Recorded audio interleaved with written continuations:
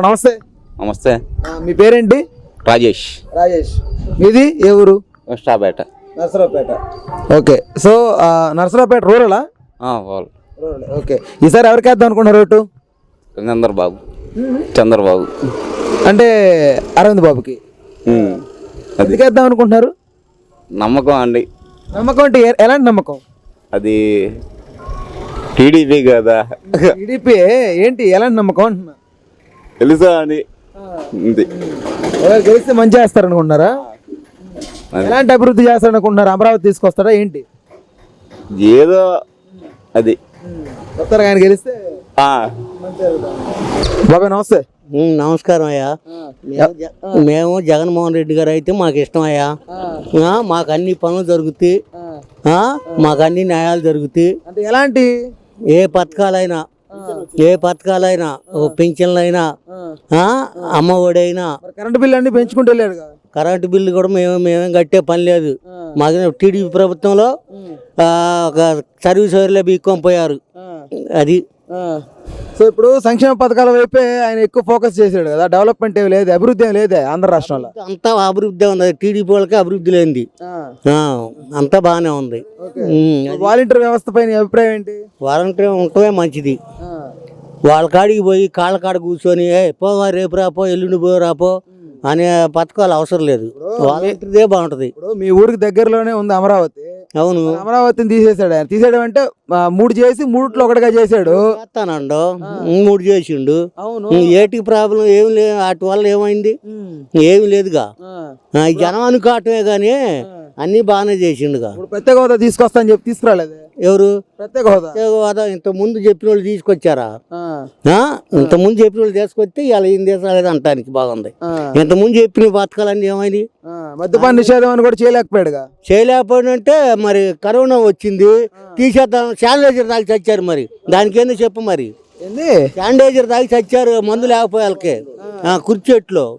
మరి వాళ్ళ పరిస్థితి ఏంది? శానిటైజర్ తాగితే మరి అక్కడ కుర్చేళ్ళు ఎస్ఐ గారి దగ్గర ఉండి దర్శి హాస్పిటల్ తీసిపోయిండు. మరి దానివల్ల తీసేయలేకపోయిండు. అతను తప్పేం కాదు అది. చంద్రబాబు నాయుడు గారికి ఎందుకు వద్దనుకుంటున్నారు ఓటు? ఎందుకు అనుకుంటే అన్ని దొంగ పథకాలు కాబట్టి, ఒకటి కూడా నిజం ఉండదు కాబట్టి. అది జగన్మోహన్ రెడ్డికి ఎన్ని వస్తాయి అనుకుంటున్నారు? ఎవరు పైన వస్తాయి అనుకుంటున్నాం. ఖచ్చితంగా అయితే గవర్నమెంట్ వస్తుంది అంతే. అభివృద్ధి అది కూడా అవుతుంది, కొద్ది టైం పట్టుద్దిగా. ఓకే. ఇప్పుడు ఇచ్చినటువంటి టైం సరిపోలేదంటారా? ఇంకా కావాలి, ఇంకొక 5 ఏళ్ళు కావాలి. ఓకే. ఖచ్చితంగా డెవలప్మెంట్ వస్తుంది. 100% వస్తుంది. ఓకే. చంద్రబాబు వస్తేనే డెవలప్మెంట్ వస్తుంది అంటున్నారు. మరి నాయుడు వస్తే సంక్షేమం ఆగుద్ది, రోడ్లు భవనాలు కడతారు. జగన్ వస్తే పేదలకి పథకాలు అవి వస్తాయి. టైం పట్టుద్ది చిన్నగా. అది నిదానంగా డెవలప్ అయ్యింది వైసీపీది. టీడీపీది ఏంటంటే రోడ్లు భవనాల మీద దృష్టి పెడతారు వాళ్ళది. వాళ్ళకి వీళ్ళకి తేడా. అది ఇప్పుడు యువతకి ఉద్యోగాలు ఉంటేనే రాష్ట్రం డెవలప్మెంట్ లో ఉన్నట్టుగా భావించారు. ఉద్యోగాలు వస్తాయి, బ్రహ్మాండంగా వస్తాయి, కాదు కొద్దిగా టైం పట్టుద్ది.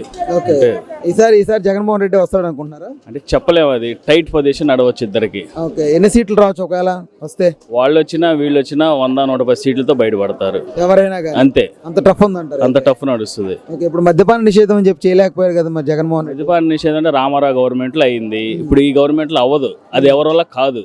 అది రేట్లు పెంచారు, తాగుతారని ఏదో ఒకటి తాగుతున్నారు కదా అని వదిలేసాడు. అది కాదు 100% మద్యపానం. ఎవరి వల్ల కాదు. అది మద్యపానం అనేది కాదండి. రామారావు గవర్నమెంట్ లో అయిందన్నారు. అప్పుడు మనం పిల్లలం కాబట్టి మనకు తెలియదు. ఇప్పుడు 100% మద్యపానం అనేది కాదు, మందు అనేది ఉండాల్సిందే. పవన్ కళ్యాణ్ చంద్రబాబుతో కలిసాడు కదా, దాని మీద మీ అభిప్రాయం ఏంటి? అంటే అది వాళ్ళ వ్యక్తిగత వ్యవహారాలు కదా. అంటే రాజకీయం కదా అది. జగన్ సింగిల్ గా వస్తున్నాడు, వీళ్ళు కూటమితో వస్తున్నారు.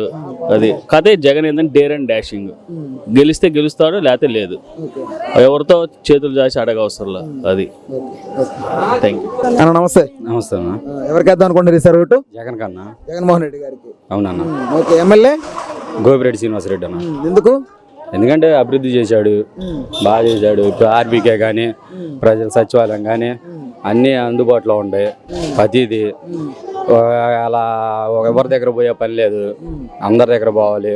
వాలంటీర్ వ్యవస్థ నెంబర్ 1గా ఉంది, బాగా వస్తున్నారు. వాలంటీర్ వ్యవస్థ నెంబర్ 1గా ఉంటే మరి కొన్ని పార్టీల నుంచి వస్తున్నటువంటి వాదనలు ఏ విధంగా ఉన్నాయి? వాలంటీర్ల మీద వ్యతిరేకంగా ఉన్నాయి. అన్న ఇప్పుడు ఒకప్పుడు వాళ్ళే తిట్టారు, వాళ్ళే చేశారు. మొన్నటి రోజు ఉగాది రోజు చంద్రబాబు ఏమన్నాడు, వాలంటీర్లు 10,000 ఎత్తానంటుండు. దాన్ని బట్టి అర్థం అట్లా సిచ్యువేషన్ ఎంత, వాలంటీర్ వ్యవస్థ ఎంత బాగా పనిచేసిందో అది అన్న సంగతే. ఇప్పుడు సచివాలయ వ్యవస్థలో చాలా వరకు అవకతవకలు జరుగుతున్నాయని చెప్తున్నారు. అవకతవకలు జరగడానికి ఆప్షన్ ఏడుందన్న చెప్పు. ఒక లంచాలు తీసుకోవడం కానీ, ఇన్ఫర్మేషన్ ప్రజల మీద ఉన్నటువంటి ఇన్ఫర్మేషన్ ని గవర్నమెంట్కి ఇవ్వడం. ఒక సచివాలయం ఎంప్లాయ్ ఉంటాడన్న, ఆయనకి ఎవరో మేమెవరో తెలియదు. ఏంది ఎట్లా లంచం అయింది? డైరెక్టర్గా వాళ్ళు పథకం పెడుతున్నారు, అప్లై చేస్తున్నారు. డైరెక్టర్ జగన్మోహన్ రెడ్డి అక్కడ బటన్ నొక్కుతున్నాడు, 7 జనాలు డబ్బులు పడుతున్నాయి. ఎవరికి ఇచ్చే ఆప్షన్ ఏముంది? ఇప్పుడు మరి రాజధాని అనేది లేకుండా చేశాడు కదా అన్న. రాజధాని అంటే ఇప్పుడు మన దగ్గర బడ్జెట్ లేదన్న. ఏంది దాని తోడు అందరిని పట్టించుకోవాలి. వాళ్ళు ఏం చేసింది లేదు. ఒక 10,000 ఇవ్వడానికి చంద్రబాబు పొద్దుకొమ్మకి అల్లాడిపోయాడు. ఏంది వాళ్ళ అకౌంట్లో వేయడానికి దానికి లంచాలు, బ్యాంకులు ఏదేదో చెప్పాడు. ఏంది అట్లాంటిది ఈయన ఎన్ని ఇచ్చిండు పథకాలు? ప్రతి వాళ్ళని ఆదుకున్నాడు, ప్రతి ఇంటిని టచ్ చేశాడు. టచ్ అయిన ఇల్లు ఏమైనా ఉందా? ఏమీ లేదు. అందరిని టచ్ చేసిండు, అందరికి సాయం చేశాడు. దాన్ని బట్టి అర్థం కావట్లా వాళ్ళ గవర్నమెంట్కి వీళ్ళ గవర్నమెంట్కి ఎంత డిఫరెంట్ ఉందో. అది ఈసారి ఖచ్చితంగా వైసీపీ ఖచ్చితంగా జగన్ సీట్లు వస్తాయి అన్న. మా వైసీపీ నాకు తెలిసి 120 నుంచి 120 లోపు వస్తాయి అన్న. ఖచ్చితంగా గవర్నమెంట్ ఫామ్ చేసిద్ది, దానికి ఇబ్బంది ఏం లేదు.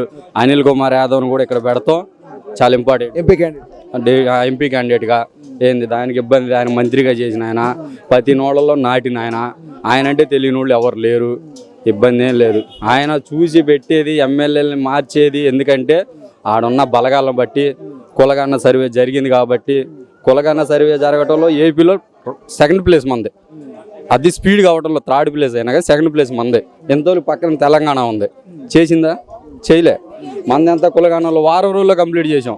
ఏపీ టాప్ నెంబర్ 1 పొజిషన్లో ఉంది. కారణం సచివాలయం వ్యవస్థ, వాలంటీర్ వ్యవస్థ, దానివల్లే. అది అన్న. రోడ్డు చెప్పండి. తెలుగుదేశానికి ఎందుకు? ఏం చేశాడు జగన్? సంక్షేమం తీసుకొచ్చారు కదా. ఏం సంక్షేమం దేనికి? అది ఉద్యోగాలు తీసుకొచ్చారు, బెటర్ సచివాలయాలు. ఎన్ని ఇచ్చాడు? ఎన్ని ఉద్యోగాలు ఇచ్చాడు? ఏం చేశాడు? 10 రూపాయలు ఇచ్చి ఒక 100 రూపాయలు లాక్కోవటమే కానీ మద్యం, ఇసుక, మట్టి ఇవన్నీ దోపిడీగా. ఇప్పుడు అవన్నీ చేస్తుంది లోకల్ లీడర్లు కదా. ఆయన లీడర్లు అయితే ఆయన ఇది చేయొద్దా? ఆయన ప్రమేయం లేకుండా వీళ్ళు చేస్తారా? అధికారం మాదేనని పోలీసులను అడ్డం పెట్టుకొని జనాన్ని కేసులు పెట్టడం, ఇవన్నీ చేయటం చేస్తున్నారు. ఎవడు ఓటేస్తాడు? ఎందుకు ఒకసారి చూస్తారు, రెండోసారి వేయరు. ఆయన 100 కాదు 2 కోట్లు ఇచ్చినా కూడా వేయరు. వాలంటీర్ వ్యవస్థ వల్ల గ్రామాల్లో ఉన్నటువంటి వారికి చాలా వరకు లబ్ధి పొందుతున్నారు కదా. ఏం పొందుతున్నారు? ఎందుకు? వాళ్ళు సచివాలయం స్టాఫ్ ఉందగా, వాళ్ళ చేత చేయించగా పనులు. వీళ్ళు ఎగస్ట్రా మనుషులు. వీళ్ళు ఎందుకు? వీళ్ళు ఏం చేయను? వీళ్ళకి 5,000 ఇచ్చి వాళ్ళని మేపటమే కానీ రాష్ట్రానికి ఏమన్నా రోడ్లు పోచాడా, లేకపోతే డ్యాములు కట్టాడా? ఖాళీగా ఉన్న వాళ్ళకైతే ఉద్యోగాలు ఇచ్చాడు కదా. ఎవరు ఇచ్చాడు? అది ఉద్యోగమా? 5,000 ఉద్యోగం? అది 5,000 ఉద్యోగమా? పిల్లలు బతుకుతారా? రైతుకి ఏమన్నా చేశాడా సబ్సిడీ? ఒక్కటి చెప్పు, రైతుకి ఏమన్నా చేశాడా సబ్సిడీ? ఒక్కటి చేయలా. ఇంతకుముందు తైవాన్లు, స్పేర్లు, ఇవన్నీ డ్రిప్పులు, సోలార్లు అవి ఇచ్చేవాళ్ళు. ఇవాళ అసలు సచివాలయంలో అవన్నీ ఇచ్చేవాడే లేడు. ఇంకా ఆయనకి ఎందుకు ఓటేయాలా? ఒక ఛాన్స్ అని అడిగాడు, వేశారు. జనం ఏదో గాలి మీద ఏదో చేస్తాడని ఈసారి వేస్తారు. వెనకమాల 200, 300 వస్తున్నాయి. ఆంధ్ర ఒకటే కాదు కదా, మొత్తం దేశంలో చాలా డీజిల్ ఎందుకు పెంచుతున్నాడు? డీజిల్ అదేమనంటే డీజిల్, పెట్రోలు మోడీ పెంచుతున్నాడు అని అంటారు. అవును, అది మోడీ సంస్థ అని అంటారు. మోడీ కాడి నుంచి వచ్చినా కానీ ఇక్కడ అసలు తగ్గట్లేదుగా. ఆడ 30 రూపాయలు 40 రూపాయలకు వస్తుంది.